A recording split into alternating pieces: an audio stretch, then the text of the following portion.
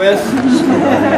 Did I judge wrong? I did not know that 5,000 troops in Vietnam as advisors was the tripwire, not the extent of the involvement. So I saw a lot of history. I was on the last Goodwill cruise that the United States did. The Shah of Iran came aboard. Ooh. Yeah. That's the way I felt. Exactly. And then our destroyers were running along the coast of North Vietnam, and the first attack was to drive our destroyers out of their territorial water. The second attack was all radar and sonar, which Ellsberg has told us eloquently about. And we went to general quarters that night.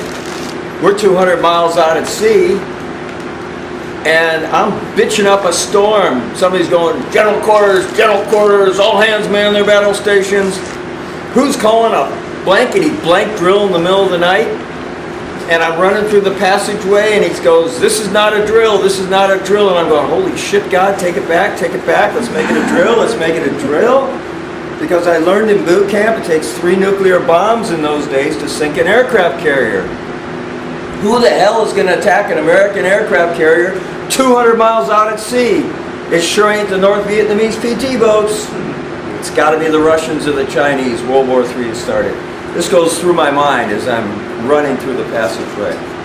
And I'll talk more later about that level of PTSD that isn't discussed often. I came out of the Navy convinced we were headed towards nuclear annihilation. It was an obsessive compulsive drive on my part, which ended up with me coordinating the San Diego chapter of the Nuclear Weapons Freeze campaign from 1983 to 86. We had 1,500 paid members in the military-industrial complex central of San Diego. It was an amazing coalition. More on that later if you like. I went to Moscow and sat across the table from the Russian peace activists and said, my government tells me that you're a communist extension and you're here to undermine our government. And when I realized they understood nuclear winter better than the average American, through our mutual tears, we could see how we were both terrified of our mutual governments and that we had to organize the rest of the world to get them to sit down and start negotiating and pull us back from the brink of annihilation of the whole species because of nuclear winter. And then I went on to get more involved in justice issues, Central America. We took a fact-finding trip down to Nicaragua, met with the Sandinistas. They were interested in, of all things, the Henry George model of economics. They were willing to set aside part of the country for it. But the Contra-funded war, the Iran-Contra-funded war just totally decimated the possibilities of that. So that was a lost historical opportunity that most people don't know about. And then I finally came up here to San Francisco and was involved in some Green Party activism and that kind of thing. And I had never gone to the VA because when I got out of the VA and I said, well, are you guys going to help me a little bit? When I got out of the Navy, I said, you guys going to help me a little bit? They said, nah, you're on your own.